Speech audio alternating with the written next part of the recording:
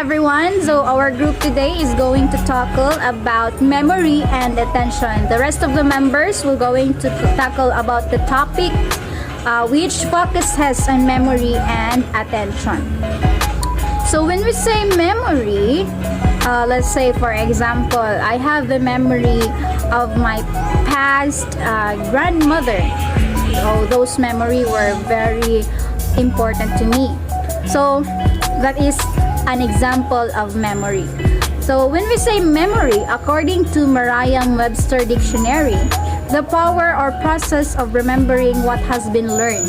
It is something that is remembered, the things learned and kept in the mind. On the other hand, when we say attention, it is the act or power of carefully thinking about listening to or watching someone or something. It is the notice, the interest or awareness. It is the special care or the treatment. When we say at glance, memory and attention and working memory are both key to learn new information. So attention allows information to be taken in working memory, helps the brain make sense of it. So many kids who struggle to learn have attention issues, working memory issues, or both struggle about the attention and memory retention. Example, a child have been taught to the class and sadly he or she cannot remember what is being discussed during the class. So now fasten your seatbelt because my members will going to discuss about the significance or importance of memory and attention. Okay, good day everyone. I am your student teacher, Jezreel Pagwalan from BS Ed English 2A. Okay, in continuation to Ma'am Flame's discussion about memory and attention, let me first give you an overall background or idea about memory and attention. Memory and attention are crucial for everyday living and learning. They're both aspects of executive functioning that helps us take and make sense of new information. But while they're closely linked, these functions are not the same thing. Here's a brief rundown of what each one is. Okay, focusing on the key points about attention. This refers to the process that allows us to take information in. It also helps us select useful information. It gathers what we need to know and channels it into our brain. In addition, attention is the process that encodes language input, keeps it active in working and short-term memory, and retrieves it from long-term memory. Example of some scenarios which attention occurs are listening to your favorite podcast while driving to work, or having a conversation with a friend in a crowded place, and reading your book in a public transport bus. Therefore, in totality, attention is giving enough focus to something. Have a nice day to you, Ma'am Cherry. In this part of my video, I am going to discuss some important parts of paying attention. So there will be only 4 important parts, but only 2 I will be discussing, and the rest will be discussed some of my members. So let's begin. The first part, or the first important part of paying attention is called alertness. Kids need to be ready in paying attention. So, attention is the first step of the learning process. Just for instance, if a learner or a kid focus in paying attention to his or her studies, and as a reward, he or she is the outstanding of their class. So, if we tend to reflect or analyze in this simple example, we can say that paying attention is pivotal in the learning process. Therefore, students or kids need to be ready in paying attention, not only limited in the school, but or they can show paying attention to other setting or situation. The second important part is called selection. Kids must be able to identify what deserves attention.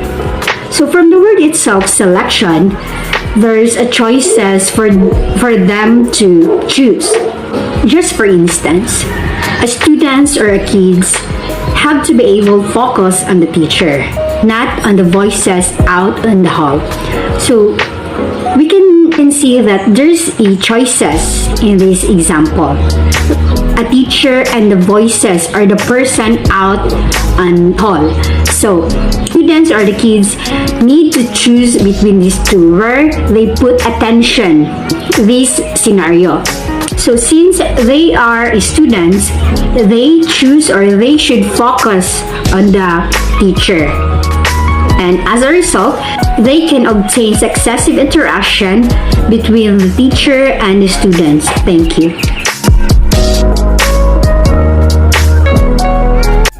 Good morning, ma'am. My topic is just a continuation of the 4 important parts of paying attention. These are sustaining and shifting. Sustaining, the students must be able to stay reasonably attentive over time. For example, having a class with 40 minutes lectures, the students must be able to sustain and participate in the class in order for them to gain knowledge about the lecture. Next, we have shifting. Kids should be able to shift attention briefly when important new information is introduced. For example, there is very important announcement from the office, and then the students must shift their attention to get the new information from that abrupt announcement. Thank you. Hi, good morning everyone, especially to you, Ma'am Charlie Baknat, our instructor for this subject, L3. Once again, this is Joey Dizon C. Arakel. I was assigned to discuss about the meaning of working memory. Before I go on to the main topic, allow me to define first what is the meaning of memory. According to Merriam-Webster Dictionary, the meaning of memory is the things learned and kept in the mind. Now, moving on to the main topic, which is working memory. The definition of working memory is an active process of the brain system to manage and manipulate stored information in order to execute cognitive tasks for a relatively short period of time.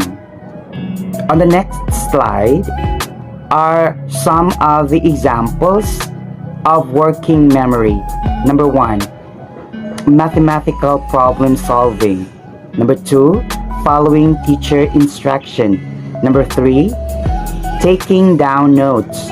Number 4, reading comprehension. Number 5, recalling an address. Now, what is the importance of working memory? Or why is working memory important?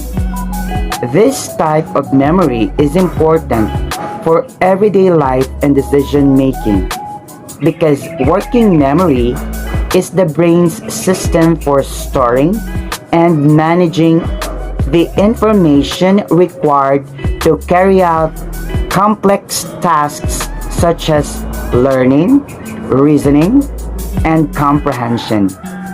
Once again, this has been Joey Dizon Arakel. This ends my report. Thank you very much and God bless us all. A pleasant day to everyone. I am Rika May Zambrano Maglacion and my topic is just a continuous of the 4 important parts of paying attention. There are 4 important parts of paying attention that has been discussed by my other co-member, which is alertness, selection, sustaining, and shifting. And I was assigned to discuss what is attention, working memory, and learning and thinking differences. So, when we say attention, it is the process that allows us to take information. It also helps us select useful information. Think of it as a funnel. It gathers what we need to know and channels it into our brains. Kids with attention issue may not recall what they have been taught. That's because it never got into their head in the first place. When we say working memory, it is an active and fairly instant process. It allows us to use new and learn information while we are in the middle of an activity. And after gathering information, the attention funnel feeds into the brain short-term storage bucket. This is where new information is first held. Experts call this process encoding. This is also where the brain manipulates new information so it's useful. This process is also called working memories. Imagine a social study class. The teacher is talking about Great Explorer. A student listen. Their working memory does things with the information they hear so it can have meaning and relevance. When this new information is processed, it leaves the brain short-term storage bucket. Next, it moves into a larger long-term tank. If the teacher quizzes students at the end of the lesson, the information is retrieved from the long-term memory tank. But when kids have working memory issues, the information they put into long-term storage may be disorganized in their minds. It might not carry much meaning because it wasn't packaged correctly, and so it may not be very useful. Working memory issues may also cause information to be lost and not entered long-term tank. Attention, working memory, and learning and thinking differences. While attention and working memory are different, both are important for learning. Kids with ADHD and executive functioning issues struggle with attention and working memory, and many kids with language-based learning differences may struggle in these areas too. Kids with multiple challenges like this may find it too hard to learn, but understanding exactly where they have trouble make it easier to help them succeed. Good morning, ma'am. This is Catherine K. Salagantine, and I belong to the Group E, which is the topic is all about memory and attention. And right now, I will discuss the attention, working memory, and learning and thinking differences. Attention and working memory are different, both important in learning. Kids with ADHD and executive functioning issues struggles with attention and working memory. And many kids with language-based learning differences may struggle in these areas too. And for the additional information, ADHD stands for Attention Deficit Hyperactivity Disorder, has differences in brain development and brain activity that affect relationship, the ability to sit still, and self-control. ADHD can affect a child at school, at home, and in friendships. Kids with multiple challenges like this may find it tougher to learn, but understanding exactly where they have trouble makes it easier to help them succeed. As a normal person or as a teacher to them, we need to understand their situation, know what they cannot do, and know what their weakness for them to be succeed and to help them to be succeed. If you suspect that your child struggles with paying attention or with working memory, consider an evaluation. It can pinpoint where the challenges are. It can also help your child's school provide the strategies and support your child needs to learn. If you let your child undergo evaluation, you will learn their disorder, you can understand especially their situation, and also you will learn what are the things or that you need to do as a parent to them. If you will let your child evaluate, you will be more aware of their situation. If the child has ADHD, the doctor may prescribe medications that can help too. There may be other things you can do at home to help boost working memory and improve the ability to focus. You can also consult to a psychiatrist who can help you to make your child boost their memory and improve the ability to focus. Just like what I said, attention and working memory are different, but they are both important for learning. Kids with ADHD needs the attention of the parents, the teachers, and to those people who can help them to boost their memory, who can help them to work with memory, learning, and thinking in working memory may different, but they can work together to help the child to boost their focus and attention. Hello, good afternoon. This is Janeline Asok-Tanlog, and I am now going to continue the reporting of one of my group mates. If you suspect that your child struggles with paying attention or with working memory, consider an evaluation. It can pinpoint where the challenges are. Kids who've had trauma can be nervous, jumpy, or spacey, and they can look a lot like they have ADHD. What is ADHD? It is a common disorder usually diagnosed in childhood that often lasts into adulthood. These people have trouble in paying attention and controlling their impulses. The possible challenges your child faces. These are the learning struggles, developmental issues, addiction, adoption issues, temperament, societal issues, and medical challenges. What affects the child's attention span? It is largely determined by factors like how many distractions are nearby, how hungry or tired the child is, or how interested they are in the activity.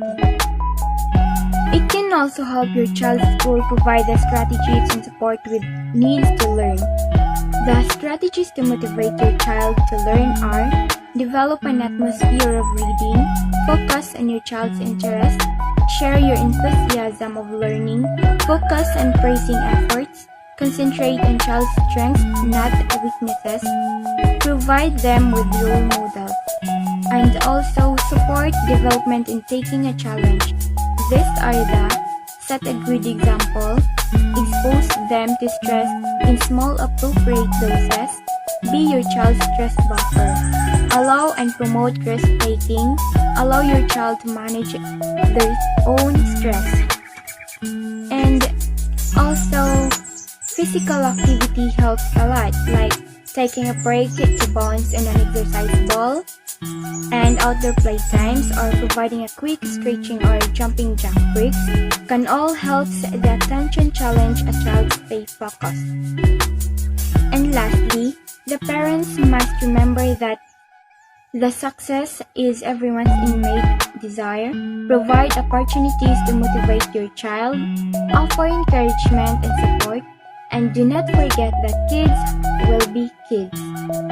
Kids with multiple challenges like this may find it tougher to learn, but understanding exactly where they have trouble makes it easier to help them succeed. Thank you. As if your child has ADHD, would you prescribe some medication to help? 2. There even be other things you can do at home to boost working memory and improve the ability to focus. First, we have to tackle what is ADHD for some information. ADHD stands for Attention Deficit Hyperactivity Disorder. It is a medical condition. A person with ADHD has differences in brain development and brain activity that affect attention, the ability to sit still, and self-control. Does your child have a hard time keeping one bit of information in mind while doing something else? For example, your child was doing his or her assignment but leaves to answer the phone call and forget to come back and study. Well, possibly those symptoms are example of having ADHD. So, this time we will discussing the treatment for ADHD. If diagnosis of ADHD is made, your pediatrician should discuss treatment options with you. For 4 to 5 years old, the best place to begin is really with parent training on managing behavioral and getting support in the classroom. Medications should only be considered in this group if those interventions don't help and the child's symptoms are causing significant problems.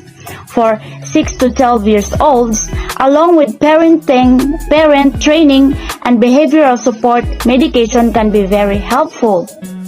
In this age group, formal classroom support in the form of an individualized education program or a 504 plan should be in place. For 12 to 18 years olds, the same school programs and behavioral health support should be in place. Medication can be helpful, but teens should be part of this decision process. Follow-up care for child with ADHD. If medication is prescribed, frequent visits of pediatrician are needed initially as you figure out the best medication and dose and monitor for side effects.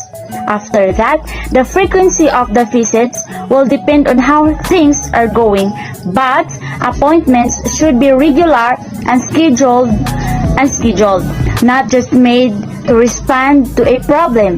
ADHD can be a lifelong problem, bringing different challenges at different times.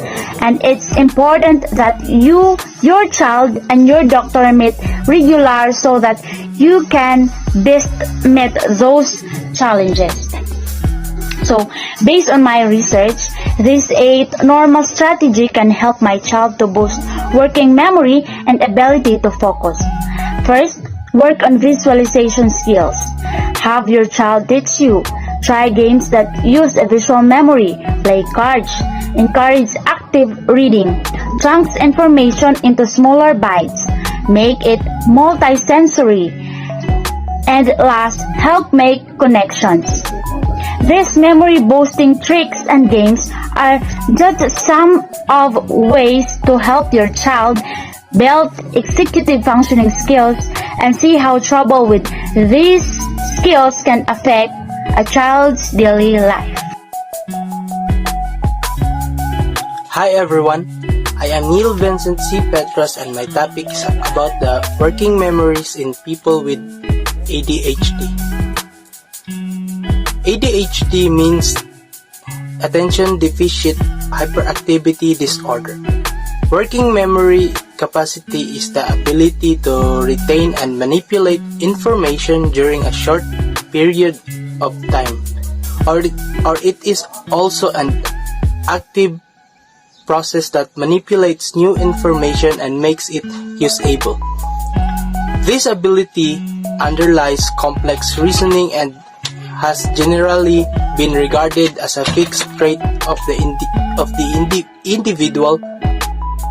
Children with ADHD represent one group of subjects with a working memory deficit attributed to an impairment of the frontal lobe, so that working memory training potentially could be of clinical use for ameliorating the symptoms in ADHD. Good day everyone, and especially to you ma'am. I am May Ansima Delaso and I am here to discuss my part, which is the last part of key takeaways of memory and attention. And it is all about an evaluation. It states that a thorough evaluation can tease out where your child having a problem. But before we go deeper to this topic, let's define what is evaluation. And according to Patton 1987, evaluation is a process of critically examines a program. It involves collecting and analyzing information about its program activities, characteristics, and outcomes. And the purpose of this evaluation is to examine a program, to improve its effectiveness, and to inform programming decisions.